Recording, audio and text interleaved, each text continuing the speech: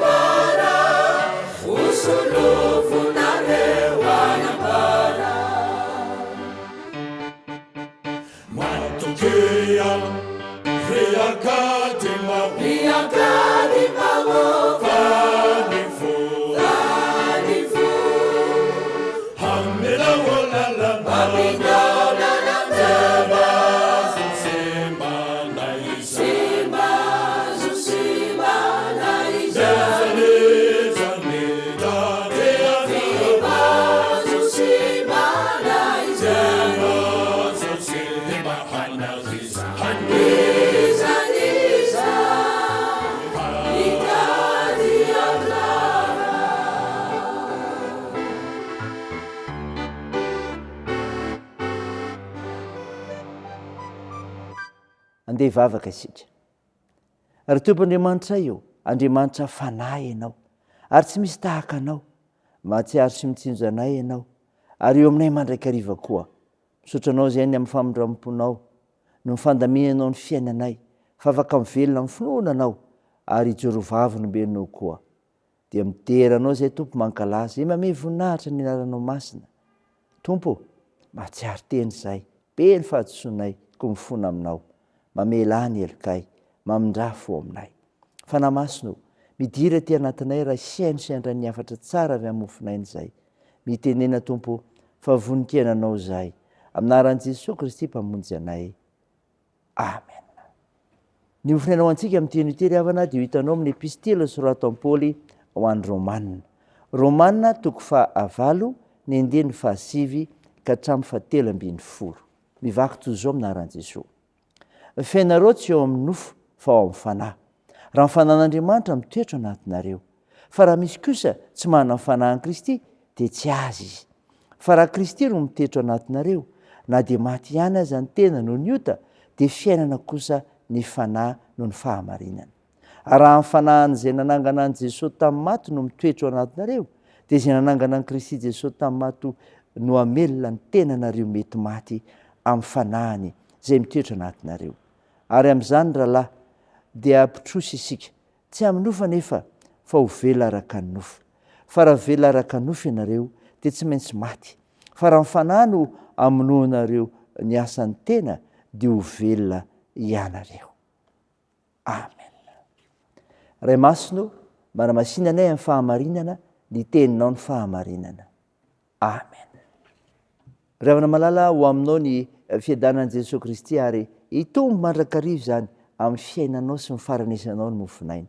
Mofinainy vakina tamintsika teo ravana ny Romanina 9:9-10 izay milaza ny pistily nosoratan'i Paoly an'ireo kristianina tao Roma, milaza amin'ny olona tapahan'ny fanahy, izay miavaka tokoa satria nahoana?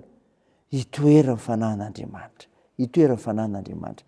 Ny teny hoe mitoetra ravana dia milaza ny asa maharitra ataon'ny fanan'Andriamanitra ampon'ny olona izay eo amin'ny fanahy. Amin'izany dia tsy hoe mivahiny na mandalo sy miserana amin'ny fotoana manokana ampo izy, fa toy ny tompontrano monina sy mikarakara tsy akitsahatra. Ny fandraisan'ny fanan'Andriamanitra na fanahin'i Kristy io no mariky ny maha-kristianina. Ambaran'i Paoly fa tsy hafa akory io fanahy io, fa milaza an'i Kristy. Fa raha misy kosa tsy manana ny fanahin'i Kristy dia tsy azy izy. Fananan'i Kristy isika ravana. An'i Kristy isika satria hitoeran'ny fanahiny. Pitrosa aminy isika, ka tsy maintsy mamono ny faharatsiana rehetra mba ho vela araka ny fanahy ary ianao izay sitrapony. Fa ny zavatra faharoa lehibe tokoa raha ny olona tapahin'ny fanahy dia zao atsangany amin'ny maty. Zany voalaza amin'ny andininy fahafolo. Avahan'ny eto ny hoe olona araka ny nofo sy ny olona araka ny fanahy. Ny olona araka ny nofo izy dia mbola tapahany ota, manara-po amin'ny sitrapony nofo. Fitiavan-tena no mibaika azy amin'ny asa, na amin'ny lalao, na amin'ny fihinanana, na amin'ny fisotro, na amin'ny fitafiana, na ny fisehoana, na ny fitoerana samirery, na fiarahamonina amin'ny hafa. Ny olona araka ny fanahy kosa, izany hoe honenan'ny fanahy, na dia tsy maintsy ho faty ihany ny tena. Ilay olona taloha nanara-po tamin'ny fahotana, araka ny fanan'Andriamanitra izay nanangana an'i Jesosy tamin'ny maty, no mbola anangana azy koa ka amelona ny tena ny mety maty. Manazava kokoa izany zay voalaza amin'ny Paoly hoe afafy tena araka ny fomban'aina izy, atsangana ho tena araka ny fomba-panahy. Revana malala, tsapao amin'ny fiainanao zany hoe tapahany fanahy zany. Fa rehefa ny fanahy no aminao dia tsy hatanteraka filany nofo ianao, tsy hanota ianao, fa Andriamanitra no mitarika anao ary manatanteraka ny sitrapony ianao. Raisy izany dia voninahitran'Andriamanitra rery any. Amen. Ndeha vavaka isika. Andriamanitra misaotra no mofinaina nomenao anay izay manambara fa ny olona tapahin'ny fanahy dia olona itoeran'ny fanahyn'Andriamanitra ary koa atsangany amin'ny maty. Vavaka aminao izay ho amin'ny asa nomenao anay ivelomanay, amelomanay ny ankonana nomenao anay.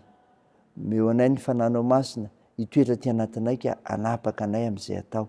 Tompo, meo aso ireo mitady izany. Tompo, vavaka aminao izay ho an'ireo marary, atsoro ny tananao hanendry ny rofo sy ny aretina rehetra, hanasitrana dia toa ny asa fitsaboana.